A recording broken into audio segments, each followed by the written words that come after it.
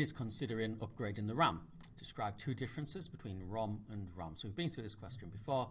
You have to say something about RAM and then the opposite about ROM, and there's your 2 marks. The exam specification says mark in pairs. So in other words, you can't pick up 1 mark. So this is a 4 marker. So you get 2 marks for this section, 2 marks for this section. I can't see any way that you'd be able to pick up 1 mark for this section, because you have to mark in pairs. You can't just say RAM is something and then expect to pick up a mark because you haven't described the difference.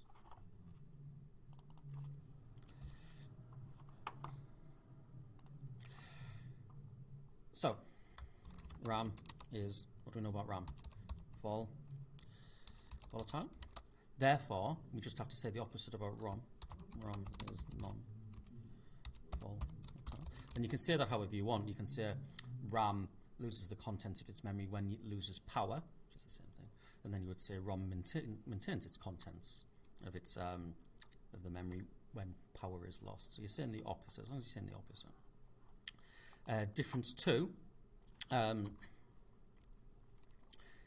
RAM, the contents of RAM can be changed. And then you just say the opposite. The contents of ROM cannot be changed. Usually you can flash the BIOS and stuff like that and get specialist equipment to do it and mess about with it and do firmware upgrades and stuff like that, but we're not getting into that.